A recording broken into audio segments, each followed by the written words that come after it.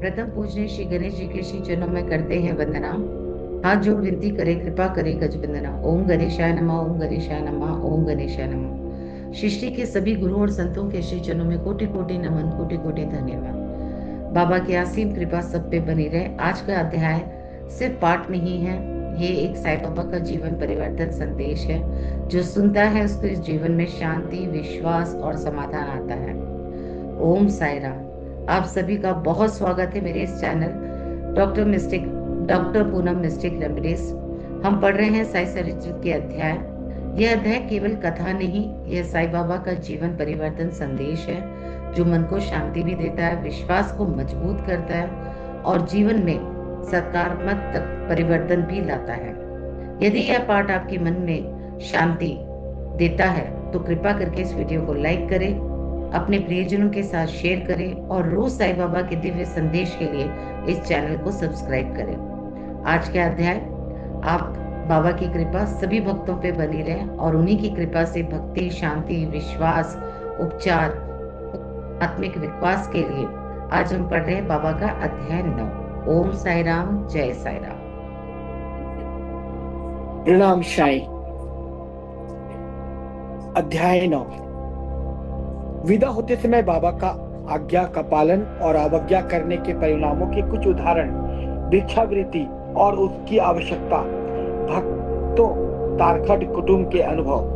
गत अध्याय के अंत में केवल इतना ही संकेत किया गया था कि लौटते समय जिन्होंने बाबा के आदेशों का पालन किया वे सकुशल घर लौटे और जिन्होंने अवज्ञा की उन्हें दुर्घटनाओं का सामना करना पड़ा। इस अध्याय में यह कथन अन्य कई पुष्टिकारक घटनाओं और अन्य विषयों के साथ विस्तार पूर्वक समझाया जाएगा। शिरडी यात्रा की विशेषता। शिरडी यात्रा की एक विशेषता यह थी कि बाबा की आज्ञा के बिना कोई भी शिरडी से प्रस्थान नहीं कर सकता था और यदि किसी ने किया भी तो मानो उसने अनेक कष्टों को निमंत्रण दे दिया। परंतु यदि किसी को शिरडी छोड़ने की आज्ञा हुई तो फिर वहां उसका ठहरना नहीं हो सकता था। जब भक्तगण लौटने के समय बाबा को प्रणाम करने जाते तो बाबा उन्हें कुछ संदेश दिया करते थे जिसका पालन अति आवश्यक था। यदि इन आदेशों की अवज्ञा कर कोई लौट गया तो निश्चय ही उसे किसी न किसी दुर्घटनाओं का सामना करना पड़ता था। ऐसे कुछ उदाहरण यहाँ दिए जाते हैं। तात्या कोटे पाटिल। एक समय तात्या कोटे पाटिल तांगे में बैठकर कोपरगांव के बाजार को जा रहे थे। वे शीघ्रता से मस्जिद में आए, बाबा को नमन किया और कहा कि मैं कोपरगांव के बाजार को जा रहा हूँ। बाबा ने कहा, शीघ्रता ना करो, थोड़ा ठहरो, बाजार जाने का विचार छोड़ दो और गांव के बाहर ना जाओ। उनकी उतावली को देखकर बाबा ने कहा, अच्छा कम से कम समा को तो साथ लेते जाओ। बाबा की आज्ञा की अवहेलना करके उन्होंने तुरंत तांगे आगे बढ़ाया। तांगे के दो घोड़ों में से एक घोड़ा, जिसका मूल्य लगभग 300 रुपए था, अति चंचल और दूतगामी था। रास्ते में सावली विहिर ग्राम पार करने के पश्चात ही वह अधिक वेग से दौड़ने लगा। अकस्मात ही उसकी कमर में मोच आ गई। वह वहीं पर गिर पड़ा। यद्यपि तात्या को अधिक चोट तो नहीं आई, परंतु उन्हें अपने साई माँ के आदेश की स्मृति अवश्य हो आई। एक अन्य अवसर पर कोल्हार ग्राम को जाते हुए भी उन्होंने बाबा के आदेशों की अवज्ञा की थी और ऊपर वर्णित घटना के समान ही दुर्घटना का उन्हें सामना करना पड़ा था। अब एक कथा यूरोपियन महाशय की है। एक समय बंबई के एक यूरोपियन महाशय नाना साहेब चांदोरकर से परिचय पत्र प्राप्त करके किसी विशेष कार्य से शिरडी आए। उन्हें एक आलीशान तंबू में ठहराया गया। वे तो बाबा के समक्ष नत होकर कर कमलों को चुंबन करना चाहते थे। इसी कारण उन्होंने 3 बार मस्जिद की सीढ़ियों पर चढ़ने का प्रयत्न किया, परंतु बाबा ने उन्हें अपने समीप आने से रोक दिया। उन्हें आंगन में ही ठहरने और वहीं से दर्शन करने की आज्ञा मिली। इस विचित्र स्वागत से अप्रसन्न होकर उन्होंने शीघ्र ही शिरडी से प्रस्थान करने का विचार किया और विदा लेने के हेतु वे वहां आए। बाबा ने उन्हें दूसरे दिन जाने और शीघ्रता न करने की राय दी। अन्य भक्तों ने भी उनसे बाबा के आदेश का पालन करने की प्रार्थना की, परंतु वे सबकी उपेक्षा कर तांगे में बैठकर रवाना हो गए। कुछ दूर तक तो घोड़े ठीक ठाक चलते रहे, परंतु सावली विहिर नामक गांव पार करने पर एक बाइसिकल सामने से आई, जिसे देखकर घोड़े भयभीत हो गए और द्रुत गति से दौड़ने लगे। फलस्वरूप तांगा उलट गया और महाशय जी नीचे लुढ़क गए और कुछ दूर तक तांगे के साथ साथ घसीटते चले गए। कुछ लोगों ने तुरंत ही दौड़कर उन्हें बचा लिया, परंतु चोट अधिक आने के कारण उन्हें कोपरगांव के अस्पताल में शरण लेनी पड़ी। इस घटना से भक्तों ने शिक्षा ग्रहण की कि जो बाबा के आदेश की अवहेलना करते हैं उन्हें किसी न किसी प्रकार की दुर्घटना का शिकार होना पड़ता है। जो आज्ञा का पालन करते हैं वे सकुशल और सुखपूर्वक घर पहुंच जाते हैं। भिक्षावृत्ति की आवश्यकता। अब हम भिक्षावृत्ति के प्रश्न पर विचार करेंगे। संभव है कुछ लोगों के मन में संदेह उत्पन्न हो कि बाबा इतने श्रेष्ठ पुरुष थे तो फिर उन्होंने आजीवन भिक्षावृत्ति पर ही क्यों निर्वाह किया। इस प्रश्न के दो दृष्टिकोण समक्ष रखकर हल किया जा सकता है। पहला दृष्टिकोण, भिक्षावृत्ति पर निर्वाह करने का कौन अधिकारी है। शास्त्रानुसार वे व्यक्ति जिन्होंने तीन मुख्य आसक्तियों, पहला कामिनी, दूसरा है कंचन और तीसरा है कीर्ति का त्याग कर आसक्ति मुक्त हो संन्यास ग्रहण कर लिया हो, वे ही भिक्षावृत्ति के उपयुक्त अधिकारी हैं, क्योंकि वे अपने गृह में भोजन तैयार करने का प्रबंध नहीं कर सकते। अतः उन्हें भोजन कराने का भार गृहस्थों पर ही है। श्री साईं बाबा न तो गृहस्थ थे न ही वानप्रस्थी, वे तो बाल ब्रह्मचारी थे। उनकी एक दृढ़ भावना थी कि विश्व ही मेरा गृह है। वे तो स्वयं ही भगवान वासुदेव विश्व पालन करता तथा पर ब्रह्मा थे, अतः वे भिक्षा उपार्जन के पूर्ण अधिकारी थे। दूसरा दृष्टिकोण, पंचशूणा, 5 पाप और उसका प्रायश्चित।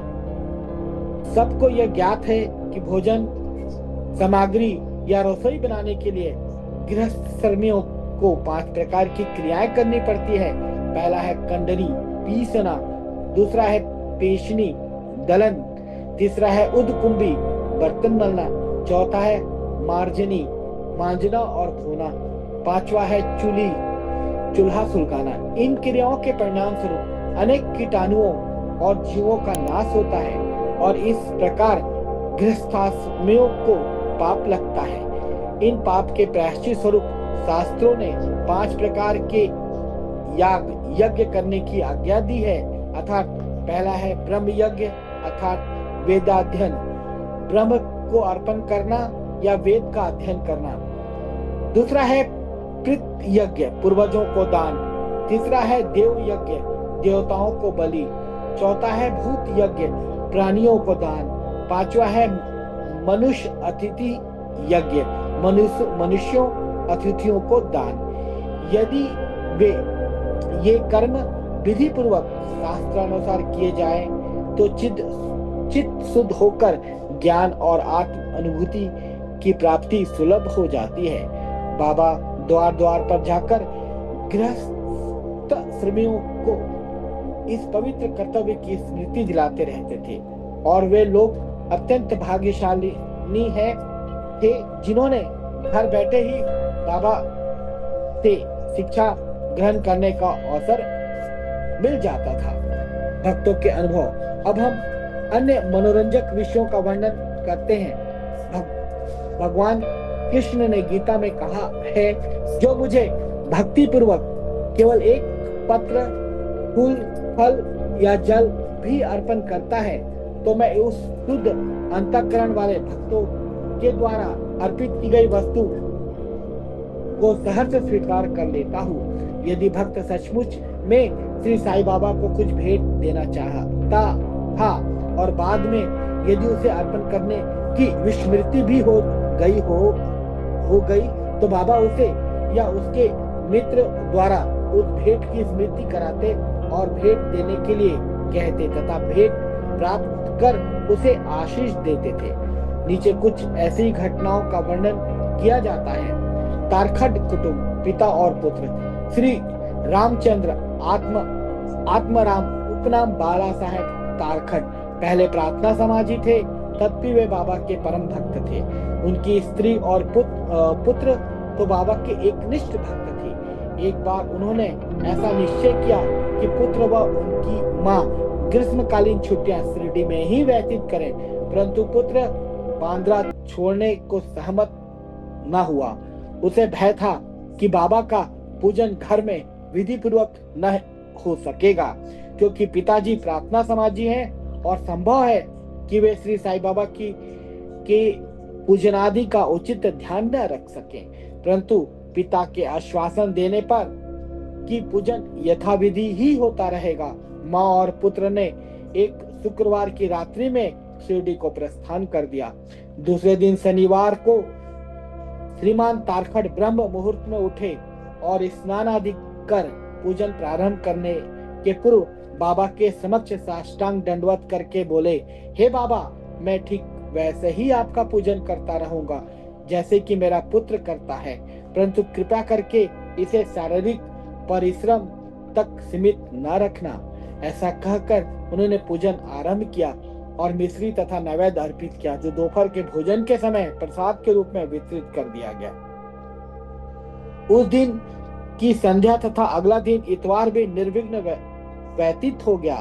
सोमवार को उन्हें ऑफिस जाना था, परंतु वह भी दिन निर्विघ्न निकल गया। श्री तारखड़ ने इस प्रकार अपने जीवन में कभी पूजा न की थी। उनके हृदय में अति संतोष हुआ कि पुत्र को दिए गए वचनानुसार पूजा यथाक्रम संतोष पूर्वक चल रही है। अगले दिन मंगलवार को सदैव के भांति उन्होंने पूजा की और ऑफिस को चले गए। दोपहर को घर लौटने पर जब वे भोजन को बैठे तो थाली में प्रसाद न देखकर उन्होंने अपने रसोइया से इस संबंध में प्रश्न किया। उसने बताया कि आज विस्मृतिवश वे नैवेद्य अर्पण करना भूल गए हैं। यह सुनकर वे तुरंत अपने आसन से उठे और बाबा को दंडवत कर क्षमा याचना करने लगे तथा बाबा से उचित पद प्रदर्शन न करने तथा पूजन को केवल शारीरिक परिश्रम तक सीमित रखने के लिए उलाहना देने लगे। उन्होंने संपूर्ण घटना का विवरण अपने पुत्र को पत्र द्वारा सूचित किया और उनसे प्रार्थना की कि वह पत्र बाबा के श्री चरणों पर रखकर उनसे कहना कि वे इस अपराध के लिए क्षमा प्रार्थी हैं। यह घटना बांद्रा में लगभग दोपहर को हुई थी। उसी समय शिरडी में जब दोपहर की आरती प्रारंभ होने वाली थी कि बाबा ने श्रीमती तारखड़ से कहा, माँ, मैं कुछ भोजन के पाने की विचार से तुम्हारे घर बांद्रा गया था। द्वार पर ताला लगा देखकर मैंने किसी प्रकार गृह में प्रवेश किया, परंतु वहां देखा कि भाऊ श्री तारखड़ मेरे लिए कुछ भी खाने को नहीं रख गए हैं, अतः मैं आज भूखा ही लौट आया हूँ। किसी को भी बाबा के वचनों का अभिप्राय समझ में नहीं आया, परंतु उनके पुत्र जो समीप ही खड़ा था सब कुछ समझ गया कि बांद्रा में पूजन में कुछ तो त्रुटि हो गई है, इसलिए वह बाबा से लौटने की अनुमति मांगने लगा, परंतु बाबा ने आज्ञा न दी और वहीं पूजन करने का आदेश दिया। उनके पुत्र ने शिरडी में जो कुछ हुआ उसे पत्र में लिखकर पिता को भेजा और भविष्य में पूजन में सावधानी बरतने के लिए विनती की। दोनों पत्र डाक द्वारा दूसरे दिन दोनों पक्षों को मिले। क्या यह घटना आश्चर्यपूर्ण नहीं है? श्रीमती तारखड़। एक समय श्रीमती तारखड़ ने 3 वस्तुएं अर्थात पहला है भरती यानी मसाला मिश्रित भुना हुआ बैगन और दही। दूसरा है काचार्या, बैगन के गोले टुकड़े घी में तले हुए। और तीसरा है पेड़ा मिठाई बाबा के लिए भेजी। बाबा ने उन्हें किस प्रकार स्वीकार किया इसे अब देखिए। बांद्रा के श्री रघुवीर भास्कर पुरंदरे बाबा के परम भक्त थे। एक समय वे शिरडी को जा रहे थे। श्रीमती तारखड़ ने श्रीमती पुरंदरे को 2 बैगन दिए और उनसे प्रार्थना की कि शिरडी पहुंचने पर एक बैगन का भुर्ता और दूसरे का काचार्या बनाकर बाबा को भेंट कर दे। शिरडी पहुंचने पर श्रीमती पुरंदरे भुर्ता लेकर मस्जिद को गई। बाबा उसी समय भोजन को बैठे ही थे। बाबा को यह भुर्ता बड़ा ही स्वादिष्ट प्रतीत हुआ। इस कारण उन्होंने थोड़ा थोड़ा सभी को वितरित किया। इसके पश्चात ही बाबा ने काचार्या लाने को कहा। राधा कृष्ण माई के पास संदेश भेजा गया कि बाबा काचार्या मांग रहे हैं। वे बड़े असमंजस में पड़ गई कि अब क्या करना चाहिए। बैगन की तो अभी ऋतु ही नहीं है। अब समस्या उत्पन्न हुई कि बैगन किस प्रकार उपलब्ध हो। जब इस बात का पता लगाया गया कि भुर्ता लाया कौन था, तब ज्ञात हुआ कि बैगन श्रीमती पुरंदरे लाई थी तथा उन्हें ही काचार्या बनाने का कार्य भी सौंपा गया था। अब प्रत्येक को बाबा की इस पूछताछ का अभिप्राय विदित हो गया और सबको बाबा की सर्वज्ञता पर महान आश्चर्य हुआ। दिसंबर सन 1915 में श्री गोविंद बाला राम मानकर शिरडी जाकर वहां अपने पिता की अंत्येष्टि क्रिया करना चाहते थे। प्रस्थान करने से पूर्व वे श्रीमती तरखट से मिलने आए। श्रीमती तरखट बाबा के लिए कुछ भेंट शिरडी भेजना चाहती थी। उन्होंने पूरा घर छान डाला, परंतु केवल एक पेड़े के अतिरिक्त कुछ न मिला और वह पेड़ा भी अर्पित नैवेद्य का था। बालक गोविंद ऐसी परिस्थिति देखकर रोने लगा, परंतु फिर भी वह अति प्रेम के कारण वही पेड़ा बाबा के लिए भेज दिया। उन्हें पूर्ण विश्वास था कि बाबा उसे अवश्य स्वीकार कर लेंगे। शिरडी पहुंचने पर गोविंद मानकर बाबा के दर्शनार्थ गए, परंतु वहां पेड़ा ले जाना भूल गए। बाबा यह सब चुपचाप देखते रहे, परंतु जब वह पुनः संध्या के समय बिना पेड़ा लिए हुए वहां पहुंचा तो फिर बाबा साथ न रह सके और उन्होंने पूछा कि तुम मेरे लिए क्या लाए हो? उत्तर मिला कुछ नहीं। बाबा ने पुनः प्रश्न किया और उसने वही उपयुक्त उत्तर दोहरा दिया। अब बाबा ने स्पष्ट शब्द में पूछा, क्या तुम्हें माँ श्रीमती तरखट ने चलते समय कुछ मिठाइयां नहीं दी थी? अब उसे स्मृति हो आई और वह बहुत ही लज्जित हुआ तथा बाबा से क्षमा याचना करने लगा और दौड़कर शीघ्र ही वापस गया और पेड़ा लाकर बाबा के सम्मुख रख दिया। बाबा ने तुरंत ही पेड़ा खा लिया। इस प्रकार श्रीमती तरखट की भेंट बाबा ने स्वीकार की और भक्त मुझ पर विश्वास करता है, इसलिए मैं स्वीकार कर लेता हूँ। यह भगवत वचन सिद्ध हुआ। बाबा का संतोष पूर्वक भोजन। एक समय श्रीमती तरखट शिरडी आई थी। दोपहर को भोजन प्राय तैयार हो चुका था और थालियां परोसी ही जा रही थी। उसी समय वहां एक भूखा कुत्ता आया और भौंकने लगा। श्रीमती तरखट तुरंत उठी और उन्होंने रोटी का एक टुकड़ा कुत्ते को डाल दिया। कुत्ता बड़ी रुचि के साथ उसे खा गया। संध्या के समय जब वे मस्जिद में जाकर बैठी तो बाबा ने उनसे कहा, माँ, आज तुमने बड़े प्रेम से मुझे खिलाया। मेरी भूखी आत्मा को बड़ी संतावना मिली है। सदैव ऐसा ही करती रहो, तुम्हें कभी ना कभी इसका उत्तम फल अवश्य प्राप्त होगा। इस मस्जिद में बैठकर मैं कभी असत्य नहीं बोलूंगा। सदैव मुझ पर ऐसे ही अनुग्रह करती रहो। पहले भूखों को भोजन कराओ, बाद में तुम भोजन किया करो। इसे अच्छी तरह ध्यान में रखो। बाबा के शब्दों का अर्थ उनकी समझ में न आया, इसलिए उन्होंने प्रश्न किया, भला मैं किस प्रकार भोजन करा सकती हूँ? मैं तो स्वयं दूसरों पर निर्भर हूँ और उन्हें दान देकर भोजन प्राप्त करती हूँ। बाबा कहने लगे, उस रोटी को ग्रहण कर मेरा हृदय तृप्त हो गया है और अभी तक मुझे डकारे आ रही है। भोजन करने से पूर्व तुमने जो कुत्ता देखा था और जिसे तुमने रोटी का टुकड़ा दिया था, वह यथार्थ में मेरे ही स्वरूप था और इसी प्रकार अन्य प्राणी, बिल्लियां, सुअर, मक्खियां, गाय आदि और मेरे ही स्वरूप हैं। मैं ही उनके आकारों में डोल रहा हूँ। जो इन सब प्राणियों में मेरा दर्शन करता है वह मुझे अत्यंत प्रिय है। इसलिए दैत्व या भेदभाव भूलकर तुम मेरी सेवा किया करो। इस अमृतुल उपदेश को ग्रहण कर वे द्रवित हो गईं और उनकी आंखों से अश्रुधारा बहने लगी। गला रुंध गया और उनके हर्ष का पवार न रहा। शिक्षा, समस्त प्राणियों में ईश्वर दर्शन करो। यदि यही इस अध्याय की शिक्षा है। उपनिषद, गीता और भागवत का यही उपदेश है कि ईशावास्यमिदं सर्वम, सब प्राणियों में ही ईश्वर का वास है, उसका प्रत्यक्ष अनुभव करो।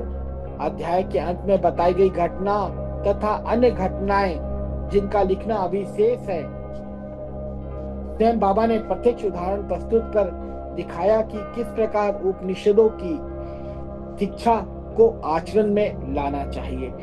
इस प्रकार श्री साईं बाबा शास्त्र ग्रंथों की शिक्षा दिया करते थे। श्री सद्गुरु साईनाथार्पणमस्तु। शुभम भवतु। बोलो श्री सच्चिदानंद सद्गुरु साईनाथ महाराज की जय।